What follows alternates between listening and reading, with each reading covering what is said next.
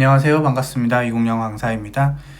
이번에는 청원권 파트 한번 해볼게요. 1번 법률이나 명령이나 조례나 규칙을 만들어달라, 개정해달라, 폐지하는 것도 청원사항에 해당은 한다 해가지고 틀렸죠. 1번이 바로 답이네요.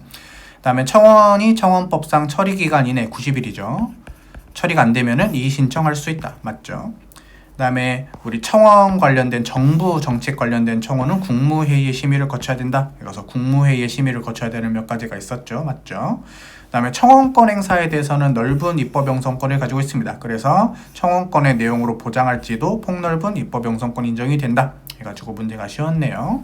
그 다음에 431번에 1번 청원권은 공권력과의 관계설이라는 여러가지 이해관계, 의견, 희망 등에 대해서 적법한 청원을 한 모든 국민에게 수리도 하고 그다음에 심사도 하고 처리 결과를 통지할 수 있다. 권리가 맞죠. 근데 그 결과를 통지하면 되지 그 이상의 의무까지 요구하는 것은 아니다. 이렇게 되는 거죠. 왜냐면은 재판이나 아니면 뭐 행정심판 이런 거라는 성질이 다르다. 그래서 보통 청원은 하소연에 불과하다 이런 말을 많이 했죠. 우리 헌법은 문서로 청원을 하도록 규정되어 있는 건 맞다. 근데 본인뿐만 아니라 제3자나 대리인을 통해서 하는 것도 청원권으로 보호가 되기 때문에 틀렸고요. 이렇게 많이 나옵니다. 청원권은 재헌헌법부터 두고 있었다. 맞는 지문이죠. 3번이 답입니다. 그 다음에 여러분들 432번에 1번은 지워도 돼요. 필요 없습니다. 그래서 이제 지우고 그 다음에 2번인데 수용자가 발생하는 서신이 국가기관에 대한 청원적 성격을 가지고 있을 때 교도소장의 허가를 받도록 하는 것은 헌법에 위배되지 않기 때문에 틀렸다. 그 다음에 헌법상 보장된 청원권의 주체는 국민이고 법인도 청원할 수 있다. 맞는 지문이니까 3번을 답으로 골라내면 됩니다. 4번인데 최근에 개정이 됐어요. 허위의 사실이나 타인으로 하여금 이런 식으로 중상모략을 하는 청원이나 사인 간의 거리관계나 사생활에 관한 청원은 좀 곤란한 청원들이죠. 옛날에는 수리하지 아니었는데 개정이 돼가지고 처리하지 아니할 수 있다 했어. 않을 수 있다. 그래서 옛날에는 무조건 거절을 해야 되는 청원이었는데 요즘에는 처리하지 않을 수 있다 이렇게 개정이 됐기 때문에 틀린 지문이 됩니다. 그래서 개정법 잘 챙겨두시고요. 그 다음에 1번은 국회에 청원할 때는 국회의원의 소개를 얻어야 된다. 헌법에 위배되지 않는다. 맞고요. 그 다음에 청원서를 접수한 국가기관의 심사 결과를 통지했는데 기대에 못 미쳤어요. 근데 여러분들 청원은 하소연에 불과하기 때문에 그 처리 결과를 대상으로 헌법소원을 제기할 수 없는 게 원칙입니다. 그래서 뒤쪽은 이제 여러분들을 속이게 하기 위한 어떤 곁들임 지문이니까 옳다 그르다 이게 아니라 요 부분을 잘 보고 문제를 맞추면 돼요.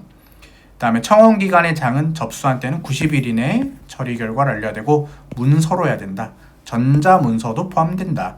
그 다음에 구두로 청원되는 것은 인정되지 않는다. 맞고요. 그 다음에 1번 지문과 비슷한 지문인데 지방의회 청원을 할 때는 지방의회 의원의 소개를 얻도록 하고 있습니다. 헌법에 위배되지 않는다. 맞는 지문이죠. 4번 2번이다.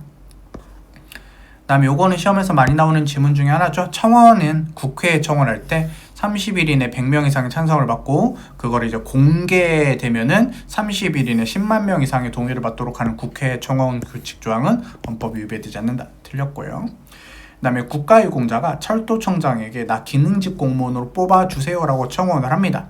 그래서 이제 취업보호 대상자 할 때 예를 들어서 100명을 뽑으면 한 3명 정도는 우리가 취업보호 대상자, 국가유공자 채용 의무 비율 규정이 있죠.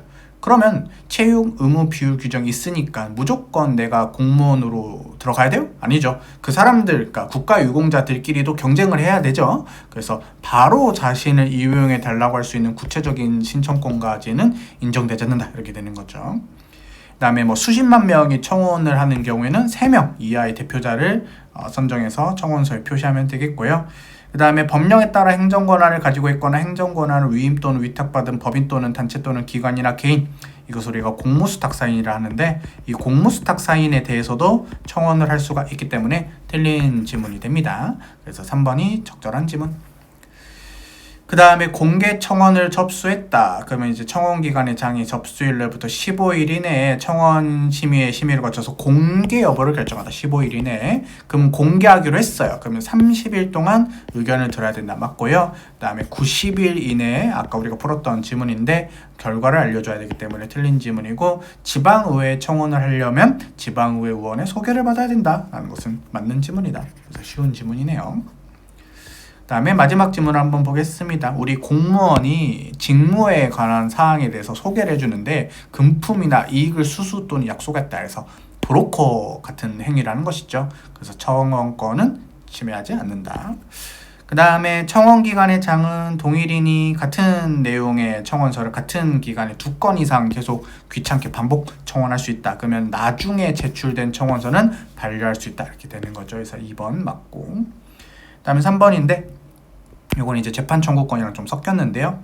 그 군사법원에서는 심판관이 변호사 자격이 없어도 임명이 가능하다. 헌법이 위배되지 않는 군사법원의 특성이 있다 그랬죠. 그래서 3명이 이제 재판관이 있을 때 1명은 일반 장교 등에서 임명할 수 있다. 헌법이 위배되지 않는다. 왜냐하면 이제 국가 군사법원의 특징이 있으니까요.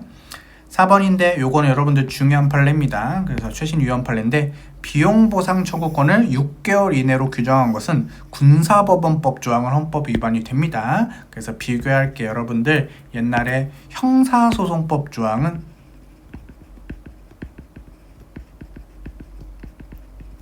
형사소송법상 비용보상 청구권을 6개월로 규정한 것은 합헌인 판례가 있기 때문에 요건 이제 스토리가 좀 있는 판례니까 여러분들이 기출 강의나 아니면은 올인원 이론 강의에서 들었을 거예요. 그래서 어쨌든 요건 최신 판례인데 군사법원법상 비용보상 청구권 제척기간 6개월 헌법 위반이 된다. 해가지고 맞는 지문입니다. 그럼 3번이 답이에요.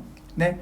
여러분들 그러면 여기서 마무리 짓고요. 다음에는 이제 내용이 좀 많은 재판 청구권이기 때문에 그때 또 만나뵐 수 있도록 하겠습니다. 고생 많으셨습니다. 고맙습니다.